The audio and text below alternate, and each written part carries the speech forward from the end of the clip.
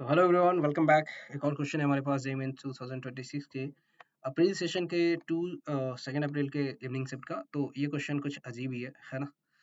2A जो है reaction करके 4B प्लस सी, ऐसा कुछ अजीब है नहीं, बस मेरे माइंड में अजीब है। ठीक है, तो ये एट 30 मिनट्स, एक तो ये T इज इक्वल टू 0 पे हम सॉल्व करते हैं केमिकल इक्विलिब्रियम, जो कि ऑलरेडी है ना।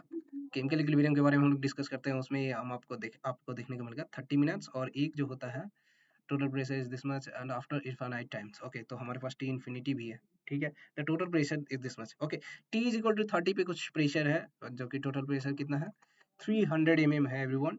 और हमारे पास जो है इनफाइनाइट टाइम के बाद वो जो है P जो है वो हमारे पास 600 है। तो इनिशियली टोटल प्रेशर मान लेते हैं P नोट था। ठीक है, T इक्वल टू, और जीरो पे तो ये जीरो जीरो ही होगा। और यहाँ पे क्या हो जाएगा, P नोट माइनस 2 अल्फा। ऐसे ही सॉल्व करते हैं एवरीवन। ठीक है, ये 2 से 4 बन रहा है, तो यानी 2 से 4 बन रहा है, यानी कि अगर मैं अल्फा के फॉर्म में लिखूँ तो ये 4 अल्फा। अच्छा, मैं अल्फा के फॉर्म में इसलिए लिख रहा हूँ ताकि इजी पड़े। ठीक है, यहाँ पे 1 अल्फा लेके भी काम कर सकते थे, लेकिन वहाँ से ये अल्फा बाई 2 लिखना पड़ता था, इसलिए मैंने इजी करने के लिए थोड़ा सा जस्ट ऐसे ही ले लिया है ना। यहाँ से 2 से 1 बन रहा है, तो यानी कि 2 से 1 करके काम चलाना होगा। अब बात करते हैं इनफाइनाइट टाइम पे। इनफाइनाइट टाइम पे ये रिएक्टेंट जीरो हो जाता है, प्रोडक्ट ठीक है और बचता है।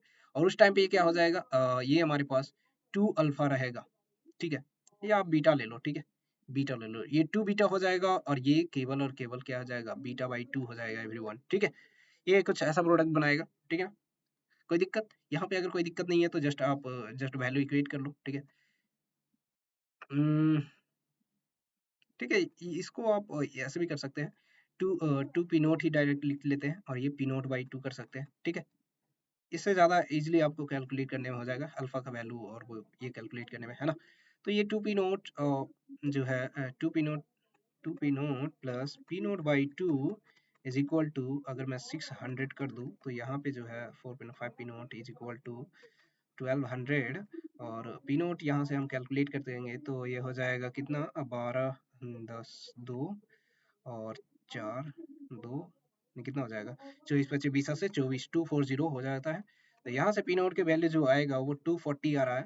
और यहाँ से जब हम इस चीज़ को कैलकुलेट करेंगे तो ये 240 minus 240 plus 3 alpha is equal to, हमारे पास 300 आ रहा है एवरीवन। ठीक है, तो यहाँ से जब आप अल्फा का वैल्यू कैलकुलेट करोगे तो ये अल्फा आ जाएगा 63 अल्फा इज इक्वल टू, ये हमारे पास 360 अल्फा इज इक्वल टू हमारे पास 20 आ रहा है एवरीवन। और पूछा क्या है, the pressure of the sea at T is equal to 30। Okay, इस वाली कंडीशन पे आप आते हो और सी का प्रेशर निकालते हो तो ये अल्फा ही है एवरीवन। सो प्रेशर क्या हो जाएगा, pressure of C at T is equal to 30 second. तो ये कितना हो जा रहा है, ये आपको दिख रहा है clearly, T is equal to 30 minute पे हमारे पास इसका प्रेशर अल्फा है। तो अल्फा का वैल्यू कितना है 20 mm। ठीक है, 20 mm ऑफ एच जी, ये मेंशन करना है है ना। तो यहाँ पे फर्स्ट ऑप्शन ही दिख रहा है, 20 mm of H G is the right answer everyone. वैसे तो क्वेश्चन ऐसा लग रहा है देखने में, थोड़ा डिफिकल्ट टाइप का लग रहा है, क्योंकि काइनेटिक्स आता है तो मैं थोड़ा सा झिझक जाता हूँ, है ना। केमिकल काइनेटिक्स मुझे उतना ज़्यादा अच्छा नहीं लगता जितना मुझे केमिकल इक्विलिब्रियम लगता है, इसलिए केमिकल इक्विलिब्रियम बहुत ईजी था, है ना। चलिए, मिलते हैं नेक्स्ट क्वेश्चन में एवरीवन। ठीक है।